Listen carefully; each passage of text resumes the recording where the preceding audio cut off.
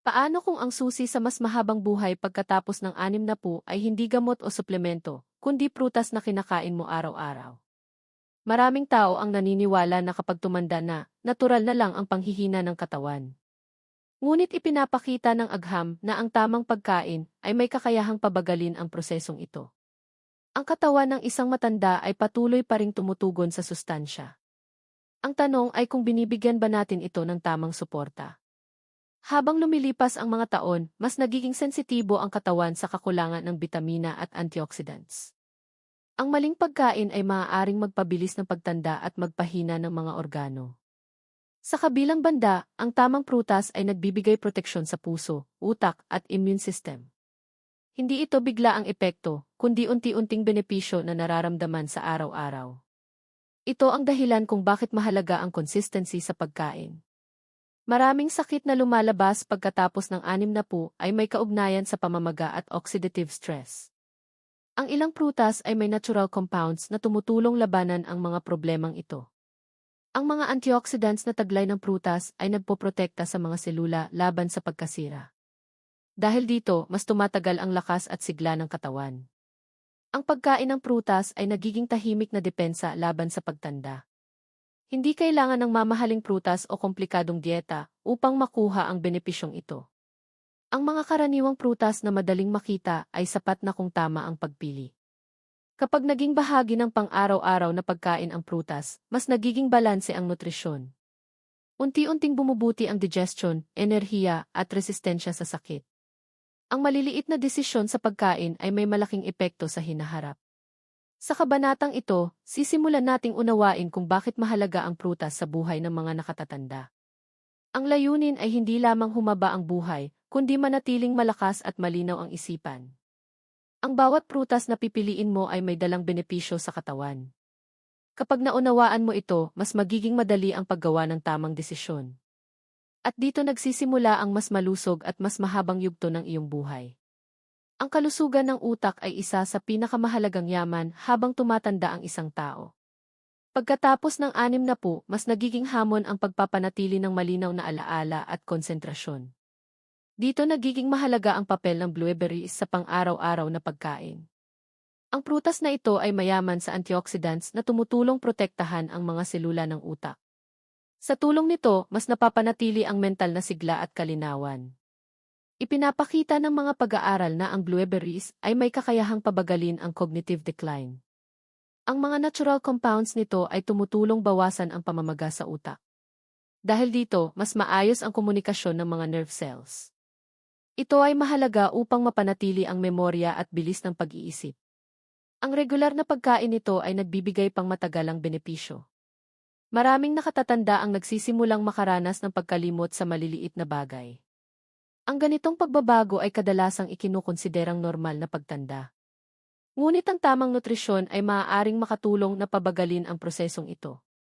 Ang blueberries ay tumutulong mapabuti ang daloy ng dugo sa utak.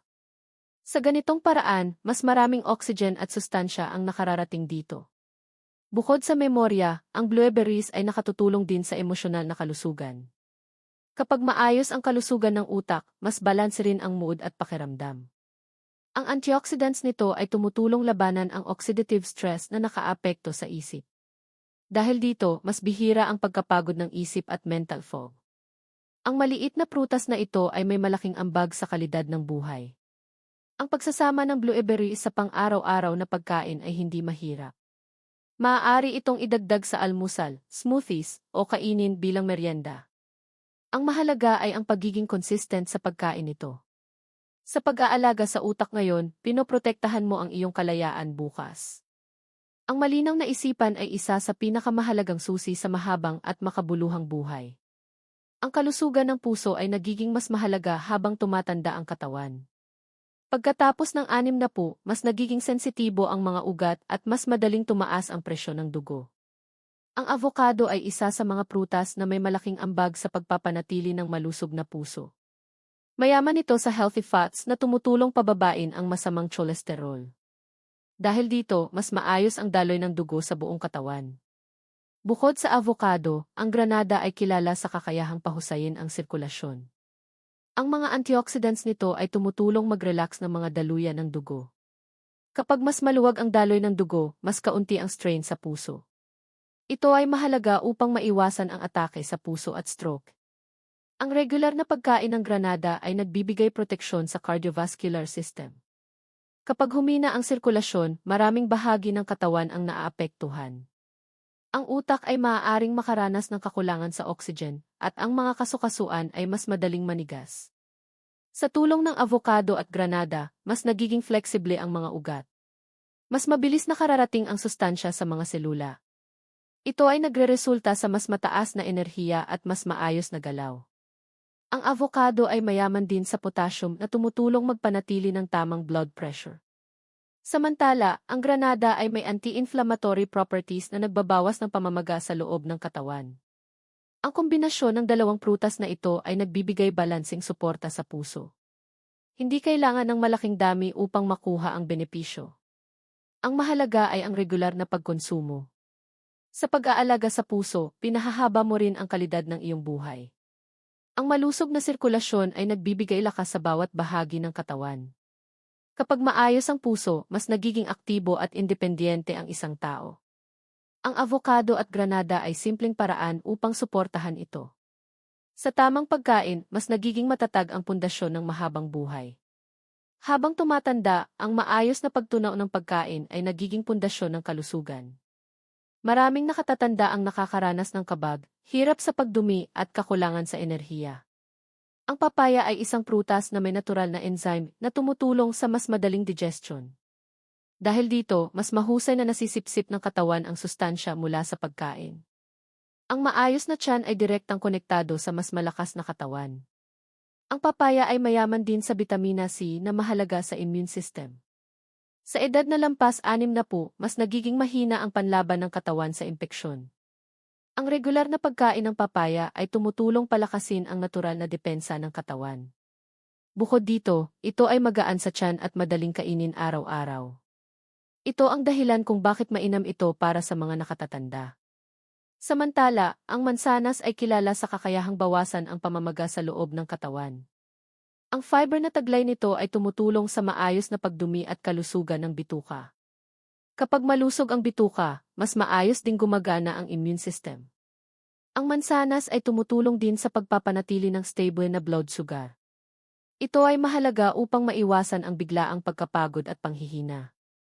Ang kombinasyon ng papaya at mansanas ay nagbibigay balanse sa digestion at immunity. Habang ang papaya ay tumutulong sa pagproseso ng pagkain, ang mansanas naman ay nag-aalaga sa bituka.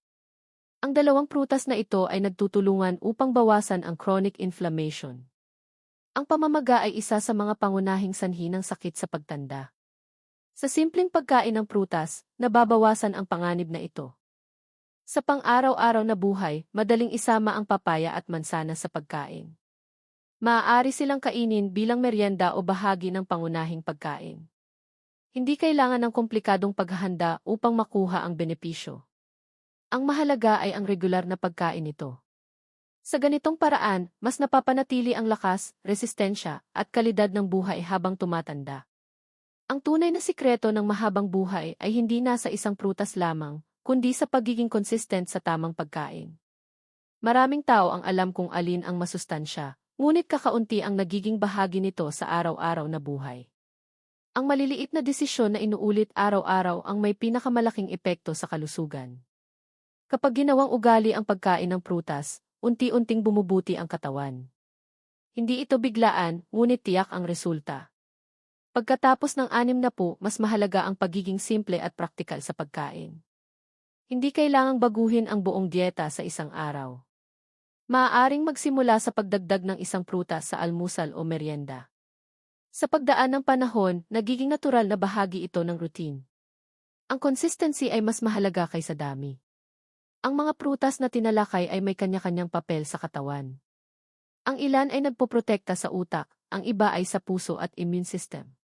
Kapag pinagsama-sama, nagbibigay sila ng kumpletong suporta sa kalusugan.